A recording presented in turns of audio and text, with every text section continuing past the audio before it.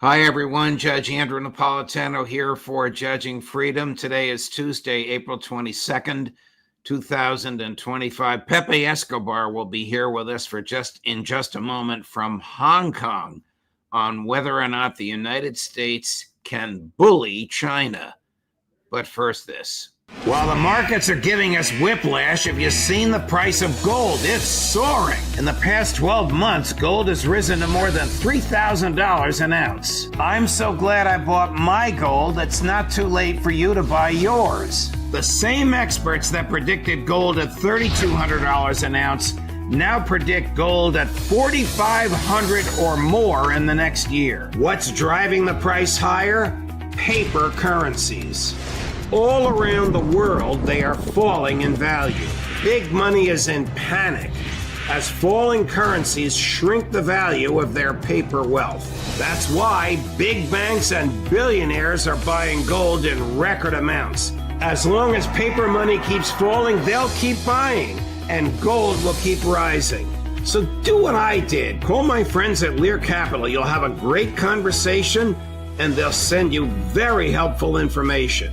Learn how you can store gold in your IRA tax and penalty free or have it sent directly to your doorstep. There's zero pressure to buy and you have a 100% risk-free purchase guarantee. It's time to see if gold is right for you. Call 800-511-4620, 800-511-4620, or go to LearJudgeNap.com and tell them your friend the judge sent you. Pepe, my dear friend, welcome here. Thank you very much for accommodating my schedule, although I guess we're also accommodating yours. It's the middle of night where you are. What good purpose? Chinese tea for all of you. All right. Thank you. What good purpose, if any, can be served by Trump's tariffs imposed on China? Well, no purpose at all, except for make China great again.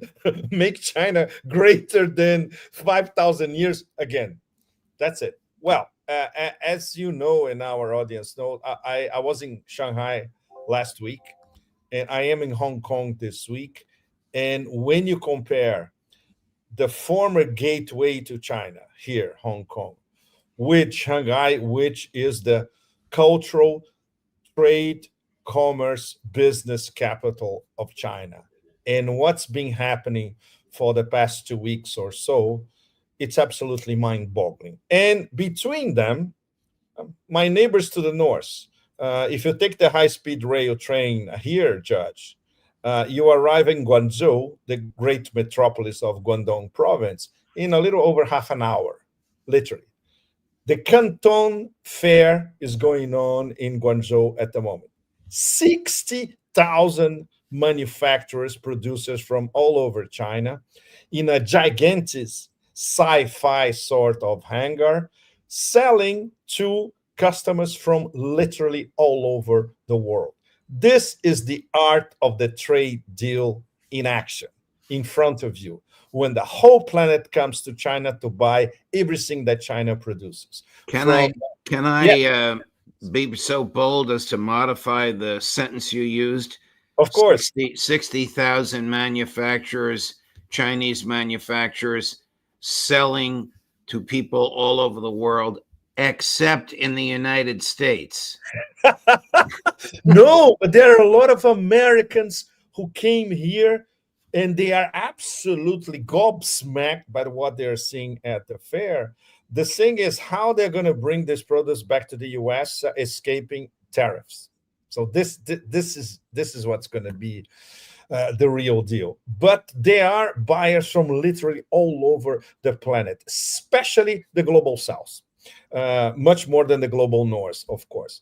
Africans, Latin Americans, Central Asians, Caucasus, East Asia, Southeast Asia, of course, our neighbors here to the south. And this proves that whatever happens, the global center of trade is China. And this is not going to change. Whatever they come up with, Team Trump 2.0 comes up with, is not going to change the fact. And on top of it, complementing everything, the diplomatic offensive. President Xi was in Southeast Asia last week. There are Chinese delegations going to Central Asia soon. Preparations for the BRICS summit in early July in Rio are now on overdrive because the BRICS summit in Rio, in only 3 months from now, have an extraordinary chance diplomatically to counteract this war, this tariff war, which is against BRICS, against the global South, against the global majority, in fact. Of course, the main target is China. And from Shanghai to Hong Kong, the perspectives are very different. Here, it's still, to a certain extent, very much Atlanticist and extremely Americanized. Don't forget that the Americans were promoting a color revolution here in Hong Kong in 2019. And eventually it was squashed, but very, very complicated. And everything was being organized out of the gigantic American embassy here in Hong Kong. But the Chinese government is convincing the Hong Kong oligarchy, the ruling elites here, that their future is not with the US or with the West, is as part of the Greater Bay Area development. Do the Trump tariffs apply to Hong Kong as well? Some of them, yes. Hong Kong is a very, very specific, it's an extremely complex problem and very specific. It's a transshipment port. The port, as you know and as we all know, is absolutely gigantic. But cargo volumes now in Shanghai are even bigger than in Hong Kong. Until the handover in 1997, this was the place to do business in China. You have to come through Hong Kong. Not anymore, especially for the past 10 to 15 years, and especially since Xi Jinping came to power. So the Beijing plan for Hong Kong, including Hong Kong, is to streamline Hong Kong, Macau, Zhuhai, and all the cities of the Pearl River Delta into what they call the Greater Bay Area, which is an enormous cluster of everything, of manufacturing, services. In the case of Hong Kong, financial services, marketing. They have unrivaled experience in soft power. And some of the best firms in the world, they have their headquarters in Hong Kong. So Hong Kong integrated with Guangdong province, our neighbors to the north, and this Greater Bay Area. It's one of the three major clusters of China, along with Shanghai, Yangtze Delta, and Beijing, Tianjin in the north. This is what's driving the growth of China, that famous 5% a year, which they accomplished, by the way, in the first quarter, already 5%. And of course, they are transferring little by little their know-how and some of their production chains to the rest of China, to central provinces and to Xinjiang in the far west as well. So none of that is going to change. And once again, if I can, in 30 seconds, Judge, this war, the tariff war, was more than expected. In fact, the Chinese were prepared for this war since Trump 1.0. So they were not caught flat-footed at all. And that's why the mix of a trade overdrive with all the partners in the global South, plus the Canton Fair, which is going on now, proves that everybody wants to come to China to buy everything that China is producing, and especially now high-tech electronics and AI for the large consumer market. Everybody's buying. Do the Chinese manufacturers and exporters attempt to get their products into the U.S.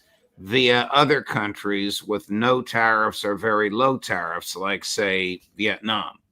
You have to be like that from now on. Absolutely. But don't forget that some of these Southeast Asian partners are also heavily taxed, especially Vietnam, Cambodia. For instance, this trip by sea last week was very important because he went to Malaysia. Malaysia is one of the key BRICS members now as partners. Vietnam also a BRICS member as a partner. and Cambodia, because there's a lot of foreign direct investment, Chinese foreign direct investment in Cambodia. And she went to all these three and said, look, we have to have a concerted strategy to fight the tariffs. All of you, the ASEAN 10, Association of Southeast Asian Nations 10. By the way, Trump doesn't know what ASEAN means. And this is on the record, right? And of course, China together. And they all know that the fact that Russia is starting to invest and also cultivate Southeast Asia diplomatically. And Putin says in every important forum, every 2 or 3 months, he says the two great areas of development in the near future are Southeast Asia and Africa. So Russia is involved in both. So this is a BRICS coordinated strategy that now is picking up pace very, very fast. What is the common understanding, either among average folks or elites in China, as to why Donald Trump did this? There are many aspects. First of all, fear and insecurity of a dwindling empire. Number one. Number two, the people who are around Trump, which are all xenophobes, by the way. Miran, the guy of the Mar-a-Lago Agreement, who, the chief of economic advisors, who came up with this plan, by the way, most of it. Peter Navarro, which is a xenophobe, doesn't know anything about China. And even the secretary of the Treasury, Besant, who also doesn't know anything about China. These are the three top people around Trump on the tariff front. And Trump, as you know very well, Judge, he has a fetish with tariffs. He actually believes that tariffs work. Try to convince him otherwise. Very simple. China and the Global South will convince him otherwise from now on. What will they do? Just ignore him? I mean, I can't imagine President Xi calling him up saying, "Hey, Donald, let's make a deal." No, Judge, it's not only President Xi won't call, but on the record, and this was a little over a week ago, maybe 10 days ago, the Minister of Foreign Affairs in Beijing, they said explicitly on the record in one of their briefings, a tariff-wielding barbarian cannot expect China to place a phone call. Wow. As far as I know, you referred to him as the emperor of tariffs. They are calling him a tariff-wielding barbarian? They did, Judge. And what I was going to tell you is that I never heard the Ministry of Foreign Affairs in Beijing, which is extremely polite in all circumstances, using such terminology. Never. And now it's all over the place. In Shanghai, I was listing barbarian once again from everybody, from diplomats, businessmen, top media people like the people who do the Guancha website, which is the best news analysis in China. I visited them. I talked to the new editor-in-chief, wonderful guy. He was with the Global Times. Now he's with Guancha. Do you know how many readers they have with all their platforms put together, Judge? 200 million. Oh, my God. The numbers in China are absolutely staggering, everyone. And this is it's a very small operation. They have 3 rooms, very, very simple, old computers, a lot of young geeks, some of them just returned from California. One of the guys who interviewed me, he was probably 20 years old, just came back from the US, absolutely. Wow. And they reach everyone all over the place.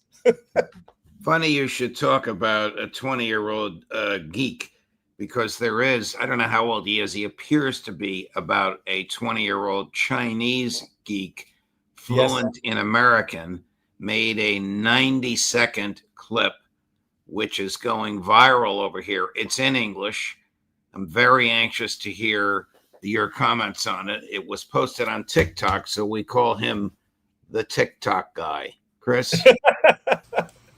They rob you blind and you thank them for it. That's a tragedy. That's a scam. That's why I'm saying this right now. Americans, you don't need a tariff. You need a revolution. For decades, your government and oligarchs only ship your job to China, not for diplomacy, not for peace, but to exploit cheap labors. And in the process, they hollowed out your middle class, crushed your working class, and told you to be proud while they sold your future for profit. And yes, China made money, but we used it to build roads, lift millions out of poverty, fund healthcare, raise living standard. We reinvested in our people. My family also benefited from it. What did your oligarchs do? They bought yachts, private jets, mansions with golf course driveways. They manipulate the market, dodged tax, and poured billions into endless wars. And you get stagnated wages, crippling healthcare costs, cheap dopamine, debt, and flagged wave property made in China while they pick your pocket. For 40 years, both China and the United States benefit from the trade, the manufacturing, but only one of us use that wealth to build. This isn't China's fault. This is yours. You let this happen. You let the oligarchs fit your lies while they made you fat, poor, and addicted. Now they blame China for mess they made. I don't think so. I don't think you need another tariff. You need to wake up. You need to take your country back. I think you need a revolution. Wow. This is one of the videos that has hundreds of millions of people watching in TikTok and many other platforms. Just that TikTok is only one among dozens of similar platforms in China. Yes, this one is one of the top 10 in popularity. And what he says in 2 minutes is better than the whole of US think tank land together. All of them. Yes.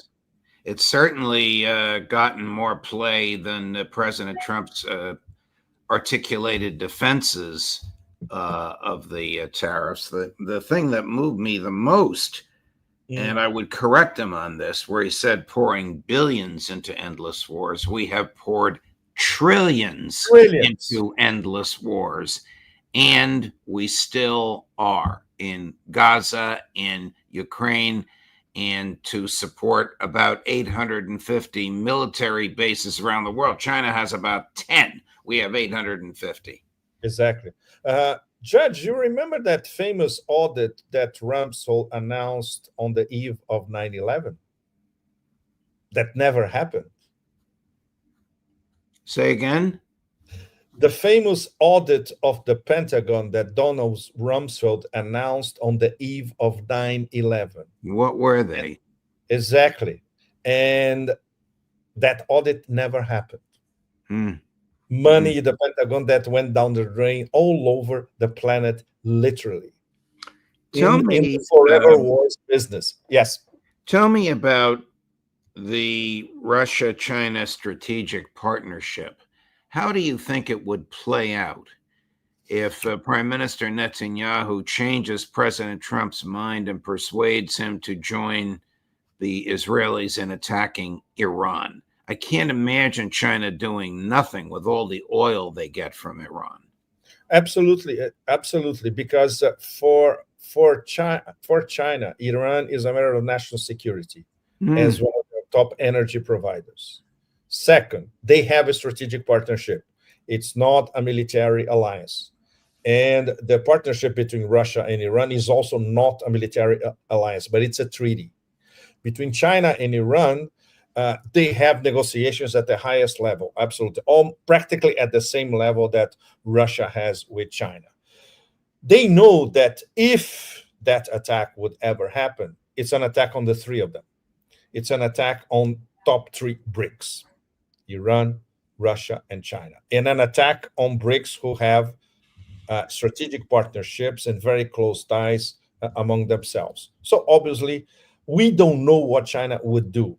And China never, and the Minister of Foreign Relations, the Minister of Defense, there was never any hint of what they would do. But there will be a lot of underground support. Very similar to the response that I got in Yemen a few weeks ago from one of the members of the High Political Council when I asked him directly, do you have privileged channels of communication with both Russia and China? And his response was essentially yes. So can you imagine Iran with Russia and China? Well, that's a 10,000 yeses. Absolutely. Especially Russia. Yes, please, go ahead. Is the scandal involving the American Secretary of Defense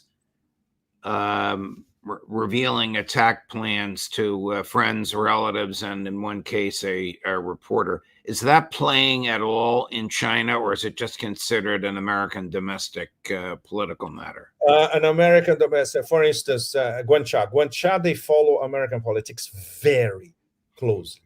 And they have some of the best Chinese academics from Tsinghua University, Renmin, Fudan, etc., writing practically every day about domestic American politics. So this was this was seen essentially as another clownish performance by Hegseth. And now he's reaching Three Stooges territory very fast. Yes, he's starting to be criticized by Republicans. Chris, you have the full screen. This member of Congress from Nebraska is a retired general. Russia and China put up thousands of people to monitor all these phone calls at the very top. And the number one target beside the president would be the Secretary of Defense. Russia and China are all over his phone, and for him to be putting secret stuff on his phone is not right.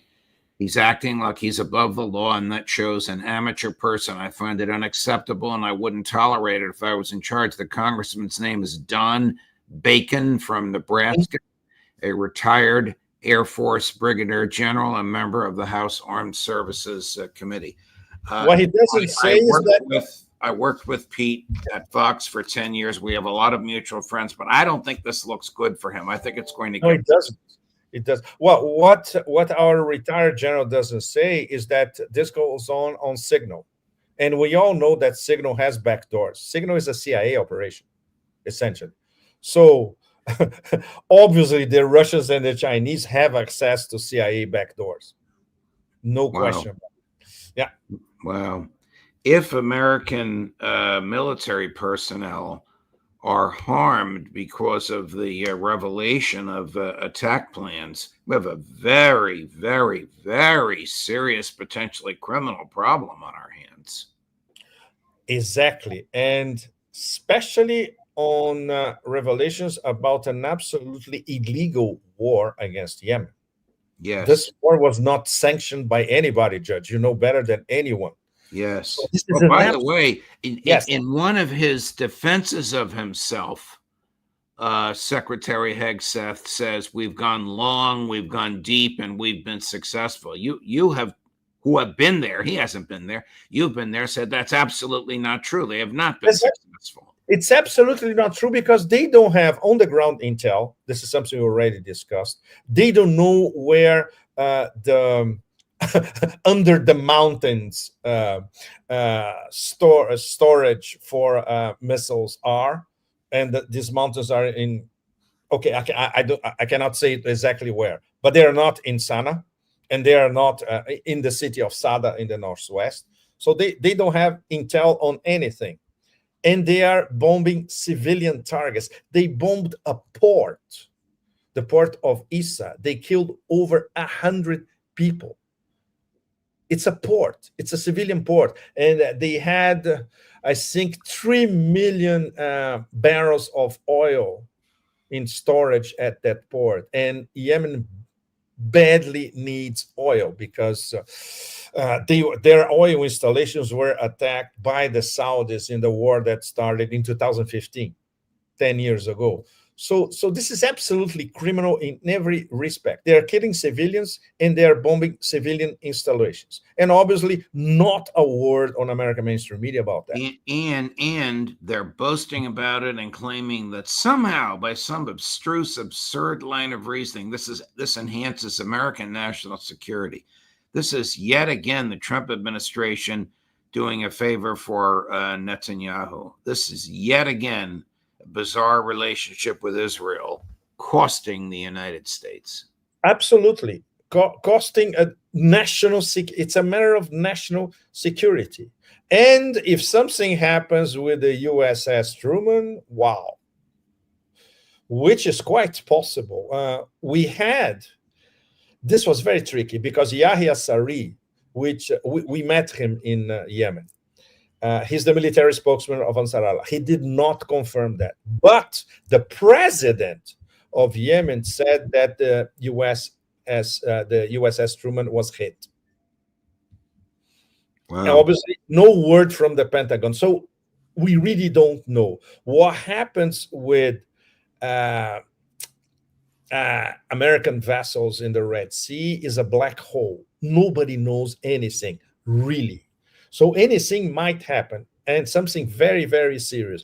And the Yemenis have what it takes to do something really, really nasty. Wow. Pepe Escobar, thank you, my dear friend. Thank you for staying up at all hours for us. Of course, you're accustomed to that. I am. Yeah. But it's very funny, Judge, because in Hong Kong, everybody goes to, like it's midnight in Hong Kong, everybody literally goes to bed, except the guys who are at the Hong Kong and Shanghai bank across the street because they are following the American financial market. Got it.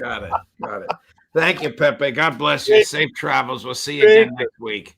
Thank you, Judge. All the best. All Cheers. the best to you. What a pip, as we say in America. What a wonderful human being. Coming up at 2 o'clock this afternoon, Aaron Mate, and at 3 o'clock, Colonel Karen Kwiatkowski. Judge Napolitano for Judging Freedom.